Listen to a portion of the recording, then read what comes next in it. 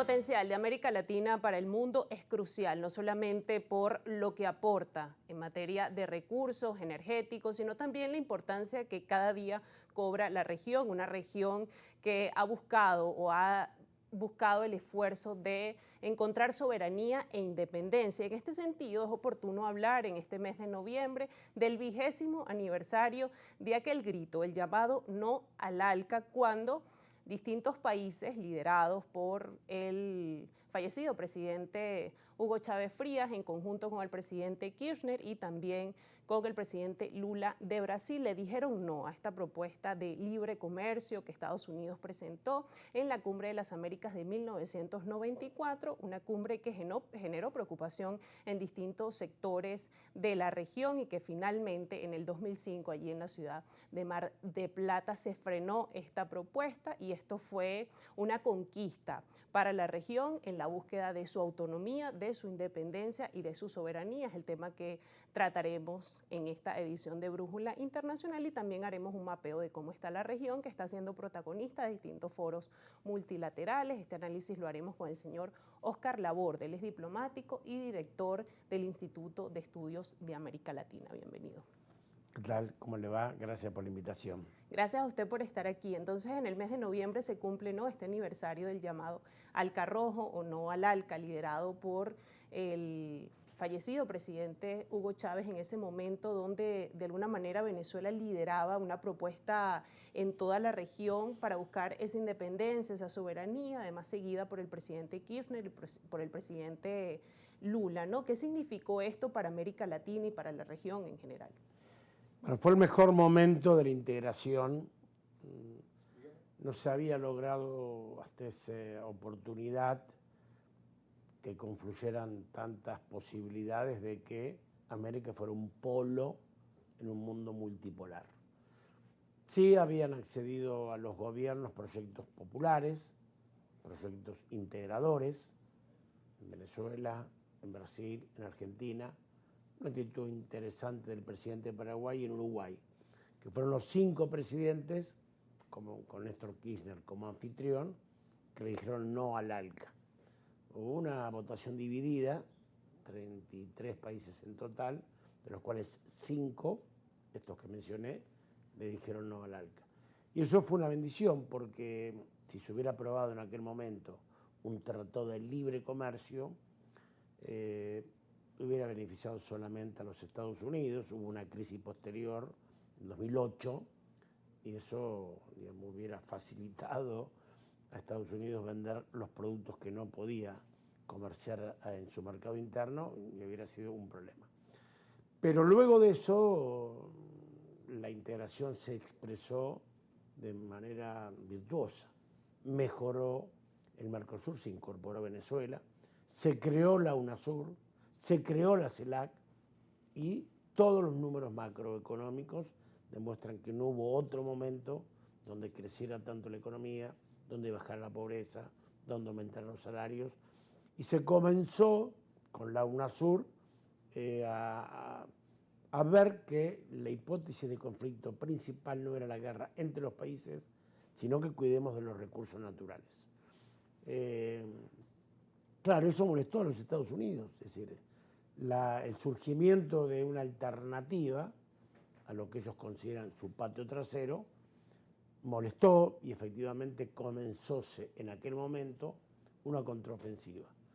En el 2015-2016 se expresa, cuando es destituida la presidenta Dilma en Brasil, y otros elementos, pero no comienza una ola conservadora. Nos encontramos en ese momento. América está en disputa.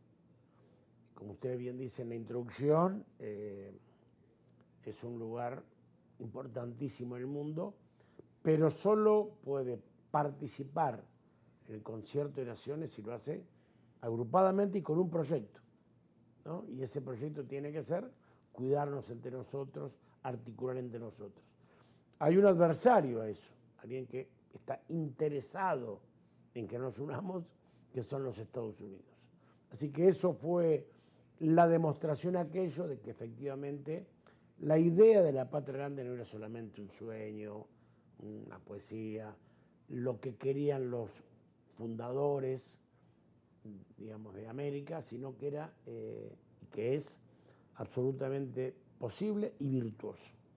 Cuando uno revisa el histórico del proceso de integración latinoamericana, uno puede ver que ha sido complicado lograr que a través de estas distintas iniciativas multilaterales se pueda llegar a una integración total dentro de un continente que además tiene el mismo idioma, que culturalmente es muy parecido, que cuando uno pone sobre la mesa los elementos, pues se expresa muy fácilmente el proyecto de la integración latinoamericana. ¿Por qué ha sido tan complicado concretar una iniciativa que pueda unificar a la región y que pueda de alguna manera ser más competitivo, hacerse más competitiva en este mundo que además está cambiando y donde los polos de poder están migrando, ¿no? Tiene que ver con que hay dos proyectos que compiten. No es un problema de ineficiencia. Hay dos proyectos que compiten. Hay un proyecto, digamos que, donde las élites dominantes de cada país se asocian con el imperio de turno, el español, el inglés y ahora el norteamericano, en desmedro del pueblo. Y hay otro proyecto que piensa en la nación, en el pueblo, en la patria, pero visto también como una unidad con el resto de los países. Esos dos proyectos siempre estuvieron en pugna. A veces avanzaba uno de ellos, ¿no? Digamos, a veces se imponía ese modelo con dictaduras militares, porque hay que tener una visión política de ese proceso, si no nos explicaría por qué no hacemos lo que nos conviene. Entonces, aquellas dictaduras militares, donde estuvo un plan Cóndor que, digamos, articuló la inteligencia de varios países para perseguir a las militantes populares. Bueno, Argentina tuvo 30.000 desaparecidos. Entonces, en esa puja, como no hubo un ganador definitivo, por suerte nos impuso la idea de que seamos el patio trasero. Entonces, en esa puja, que todavía continúa, nosotros vamos a ver en estas horas elecciones donde va a ganar la derecha, elecciones donde va a ganar la izquierda, países como Venezuela que se mantienen, México que está surgiendo con una expresión muy interesante de ser vecino de una potencia semejante y bueno, con mucha dignidad y soberanía, sobrellevarla. Entonces, en mi opinión esa es la explicación. No es que no nos damos cuenta que nos conviene estar juntos, sino que hay proyectos diferentes. Hay élites que piensan que lo mejor para su sector es asociarse con los Estados Unidos y habemos otros que creemos que no, que el destino hay que buscarlo de manera común.